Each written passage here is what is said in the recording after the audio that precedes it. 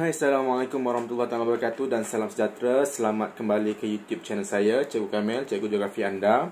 So, hari ini kita akan sambung tajuk 8.2 Geografi tingkatan 3 bab 8, iaitu tumbuh-tumbuhan semula jadi dan juga hidupan liar yang terdapat di seluruh dunia.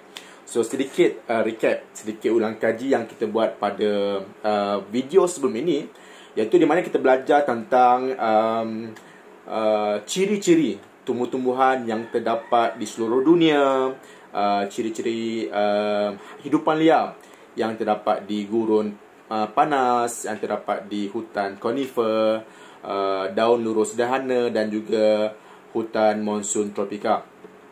Okay, kita boleh tengok perbezaan jenis tumbuh-tumbuhan, ada yang tinggi, ada yang tumbuh secara jarang-jarang. Dan haiwan juga berbeza antara satu kawasan dengan kawasan yang lain. Ada haiwan yang berhijrah ataupun migrate ataupun bermigrasi dari satu tempat ke tempat yang lain kerana berlakunya perubahan musim.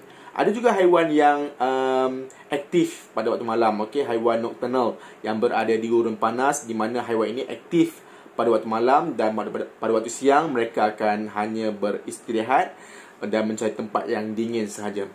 Okey, so hari ini kita akan masuk tajuk yang baru, tajuk 8.2, di mana tajuk yang kita akan tengok pada kali ini adalah berkenaan dengan kepentingan tumbuh-tumbuhan semula jadi dan hidupan liar di dunia. Okey, sebelum saya nak pergi lebih lanjut kepada tajuk ini, saya nak ingatkan kepada semua lah, seperti biasa, please tolong ada buku teks bersama dengan anda, kerana geografi ni kita perlu rujuk buku teks. Walaupun saya sudah tunjukkan video di belakang ni, tetapi kita perlu ada juga buku teks untuk kita buat rujukan, buat bacaan sambil-sambil kamu dengar saya punya penerangan. Kamu juga boleh tengok gambar yang lebih lanjut lagi. Okay, alright, dan sebelum itu saya nak terangkan juga di mana tajuk 8.2 ni, tajuk kepentingan, tajuk berkenaan dengan kesan, tajuk berkenaan dengan faktor-faktor, ini adalah tajuk-tajuk yang sangat disukai oleh penggubal soalan. So, kami bila membuat soalan, terutama sekali bahagian C, soalan-soalan esei, kami akan ambil tajuk-tajuk ini untuk dijadikan soalan. Okey, bahagian C, bahagian esei, di mana kamu akan belajar berkenaan dengan kamu akan jawab berkenaan dengan fakta, berkenaan dengan huraian dan berikan contoh-contoh untuk mendapatkan markah. So, berikan tumpuan yang lebih mendalam berkenaan dengan tajuk ini, di mana bahagian C ini adalah sebenarnya markah bonus untuk kamu semasa di peperiksaan nanti. Okey. Alright, tajuk 8.2. Okey, kepentingan tumbuh-tumbuhan semula jadi dan hidupan liar di dunia. Okey, apa itu kepentingan? Okey, the importance, sangat penting hidupan liar dan juga tumbuh-tumbuhan ini di seluruh dunia. Okey, buku teks ataupun untuk tajuk topik ini, kita dah senarai pendekkan 4 kepentingan. Kalau kita nak senarai panjang, sangat-sangat banyak kepentingan tumbuh-tumbuhan semula jadi dan hidupan liar. Tapi untuk tajuk ini, kita akan ambil 4 poin penting. Yang pertama adalah pelancongan. Yang kedua adalah penghalang hakisan. Yang ketiga adalah ekonomi. Dan juga yang keempat adalah sumber perubatan. Kalau kita nak senarakan lebih banyak, sangat-sangat banyak, sangat-sangat penting hidupan liar dan juga tumbuh-tumbuhan ini di seluruh dunia. Alright, kita akan tengok yang pertama, tajuk berkenaan dengan pelancongan. Okey. So, seperti biasa, pelancongan ini adalah salah satu aspek pelancongan yang sangat penting di seluruh dunia. Ada orang pergi melancong sebab nak tengok dia punya buildings ataupun bangunan-bangunan yang artistik, bangunan-bangunan yang bersejarah. Ada orang nak pergi melancong disebabkan oleh makanan, nak merasai makanan di negara-negara lain. Tetapi ada ramai orang pergi melancong disebabkan oleh natural ataupun nature ataupun hidupan liar, tumbuh-tumbuhan, nak tengok ekosistem ataupun nak tengok macam mana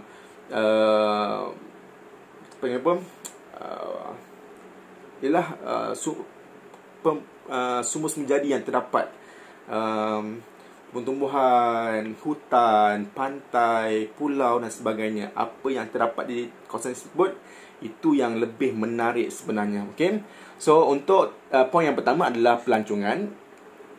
Okay, tengok di dalam konteks tersebut, kebanyakan kawasan hutan semula jadi di dunia sesuai dijadikan sebagai pusat eko pelancongan. Okay, 81% daripada hutan monsun tropika adalah terdiri daripada Erawan National Park di Thailand dan menempatkan hidupan liar yang hampir pupus. Sebagai contoh, gajah dijadikan sebagai pengangkutan untuk menjelajah kawasan Erawan National Park. Okay, walaupun ada sedikit perdebatan, okay, tak sesuai menggunakan gajah ni untuk dijadikan sebagai pengangkutan untuk pelancongan, tapi itu adalah daya tarikan di Erawan National Park, di mana mereka ni hampir 81% kawasan hutan monsun tropika di Thailand ini adalah di Erawan National Park. Dan di mana, of course lah, kita tahu taman negara ni adalah tempat di mana kita tak boleh nak sewenang-wenangnya untuk memusnahkan, untuk menebang pokok atau menangkap hidupan liar yang terdapat di sana. Okay, so itu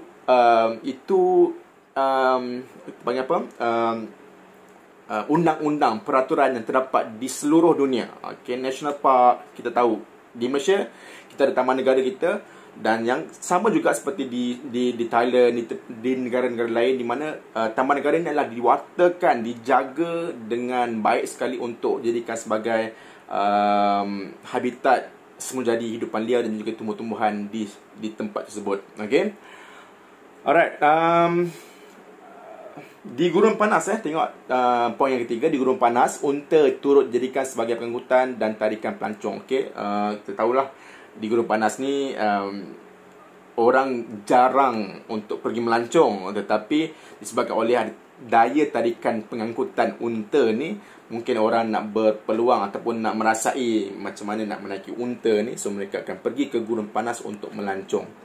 Alright, so itu tajuk, poin yang pertama untuk tajuk 8.2 ini. Kita akan pergi terus kepada poin yang kedua. Tumbuh-tumbuhan semula jadi ini berperanan sebagai penghalang hakisan. Kita tahu kalau kita pergi ke kawasan tepi pantai, kawasan-kawasan laut ini, banyak kawasan akan dihakis oleh air laut ni. Okay, disebabkan oleh tidak ada tumbuh-tumbuhan yang berperanan untuk mencengkam ataupun menjaga tanah di kawasan tersebut. Okay, so sebenarnya pokok-pokok tumbuh-tumbuhan ini sangat-sangat penting untuk dijadikan sebagai penghalang hakisan di kawasan tersebut. Okay, alright, tumbuh-tumbuhan semula jadi memainkan peranan penting dalam menghalang hakisan tanah. Okay, daun yang besar mampu memecahkan butiran hujan dan mengurangkan kelajuan titisan air yang jatuh ke bumi. So daun yang lebar ini, of course kita tahu air hujan ni bila dia turun sangat laju dalam saiz yang besar, dia mungkin akan menyebabkan kawasan tersebut akan berlubang atau membelekuk, akan menyebabkan berlakunya hakisan. So bila adanya daun ni, dia akan mengurangkan ataupun memecahkan titisan-titisan air hujan ini, dan akan menyebabkan kurangnya berlaku lubang-lubang ataupun hakisan di kawasan tersebut. Okay, so yang kedua, akar. Okay, akar pokok akan mengurangkan air larian permukaan dan menjadi penghalang hakisan. So akar ni akan, kita tahu akar ni bertujuan untuk mencengkam tanah atau mencengkam kawasan tersebut untuk mencari air dan sebagainya. So akar ini juga akan memegang tanah tersebut daripada bergerak ataupun terhakis. So itu pentingnya tumbuh-tumbuhan ini. So apa yang tumbuh-tumbuhan apa yang penting sebenarnya ni? Pokok kelapa ke? Pokok pisang ke? Okay, sebenarnya di kawasan paya air masin, pokok-pokok bakau dapat menghalang hakisan. Okay, pokok bakau. Okay, pokok bakau. Kalau di Malaysia kita terdapat di hutan paya air masin, di mana pokok bakau ini akan menghalang hakisan dan juga dijadikan sebagai wall ataupun tembok sekiranya berlaku malapetaka seperti tsunami. Okay, alright, itu poin yang kedua. Okay, so saya harap kamu semua dapat ikut. Kita pergi poin yang ketiga, di mana kita akan tengok ekonomi. Okey. So bila kita bincang berkenaan dengan ekonomi ni, kita tahulah iaitu berkenaan dengan pendapatan ataupun berkenaan dengan duit ataupun menjana ekonomi negara. Okey.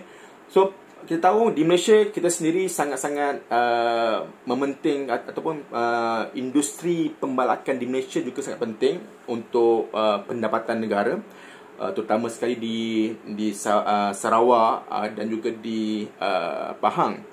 Dan di seluruh dunia, kebanyakan negara-negara yang mempunyai hutan yang sangat tebal seperti hutan monsun tropika dan juga hutan khatulistiwa ini, mereka juga sangat bergantung kepada industri pembalakan.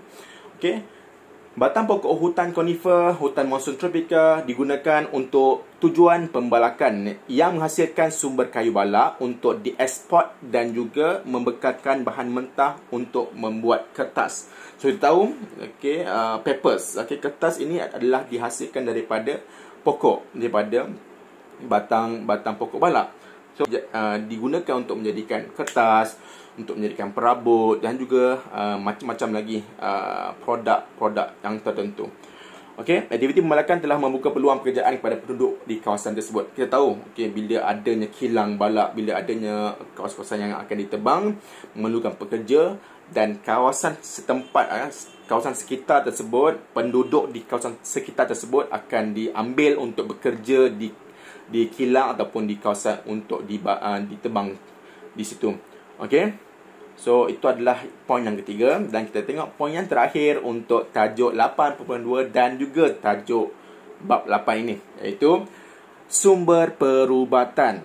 Ini diakui oleh majoriti masyarakat dunia, di mana tumbuh-tumbuhan menjadi adalah sumber perubatan yang terbaik. Untuk macam-macam jenis penyakit. So di Malaysia sendiri kita sangat-sangat kita ada berbagai bangsa India, bangsa Melayu, bangsa Cina, di mana bangsa-bangsa ini kita juga mempercayai bahawa tumbuh-tumbuhan, herba ataupun ulaman ini, sayur-sayuran ini sangat-sangat bagus untuk sumber perubatan apa-apa penyakit sekalipun. Alright, so kita tengok di sini penyelidikan barat, di barat Western, telah mendapati bahawa tumbuh-tumbuhan bukan sahaja bernilai estetika, malah boleh merawat pelbagai jenis penyakit. So Western, Eastern, masyarakat dunia secara keseluruhannya semua mengakui bahawa tumbuh-tumbuhan menjadi adalah sumber perubatan yang terbaik. Bahagian tumbuh-tumbuhan sering digunakan sebagai ubat, dan ramuan ubat ialah daun, bunga, akar, kulit kayu dan juga hampas buah. Hampir keseluruhan bahagian tumbuh-tumbuhan boleh digunakan untuk merawat pelbagai jenis penyakit.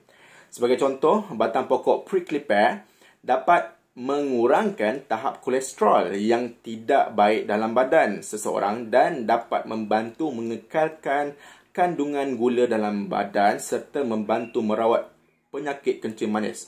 3. Mengurangkan kolesterol, membantu mengekalkan kandungan gula dalam badan dan juga merawat penyakit kencing manis. So, batang prickly pear ni kita susah nak jumpa lah di Malaysia, tapi ada. Mampu untuk merawat penyakit-penyakit yang boleh dikatakan kronik di Malaysia ni. Pokok oak juga digunakan dalam menyembuhkan masalah cirit-birit, sakit tekak dan juga luka. Dan juga daun pokok pine yang kaya dengan vitamin C boleh digunakan untuk membuat teh, manakala biji pine berfungsi sebagai bahan antiseptik menjadi untuk merawat luka. Kita tengok sini pokok pine ni di Malaysia susah nak jumpa lah, tapi di negara yang mempunyai pokok ini, mereka gunakan untuk sumber vitamin C dan juga boleh digunakan untuk merawat luka. So kalau di Malaysia ni macam-macam jenis tumbuh-tumbuhan, sayur-sayuran, herba boleh digunakan untuk merawat penyakit, untuk memberi meningkatkan imunisasi badan, antibody badan. So sekarang ni kita pun sedang bertarung dalam kita panggil apa, tempoh pandemik COVID-19 ni. So kita juga dapat gunakan sebenarnya sumber-sumber perubatan yang semula jadi ini untuk membantu kita meningkatkan kadar imunisasi badan. Okay, so itu sahaja bagi tajuk 8.2 dan bab 8 secara keseluruhannya. Jika kamu tengok di muka surat 146, ini adalah sedikit imbas kembali, sedikit rumusan berkenaan dengan keseluruhan tajuk bab 8 yang telah kita belajar. Okay, so seperti biasa di bawah ini saya ada lampirkan link latihan Google Form yang kamu boleh buat untuk menguji sejauh mana pemahaman kamu terhadap tajuk 8.2 ini. Dan jika ada apa-apa soalan, apa-apa komen, apa-apa mungkin kritikan yang kamu nak berikan kepada video ini, boleh letakkan di bahagian komen di bawah dan saya amat menghargainya. Dan itu saja, kita akan jumpa di video yang seterusnya, video bab 9, sangat-sangat menarik, di mana kita akan membincangkan tentang kerjasama ekonomi di dunia. Okey, itu saja untuk saya kali ini. Jumpa lagi. Assalamualaikum.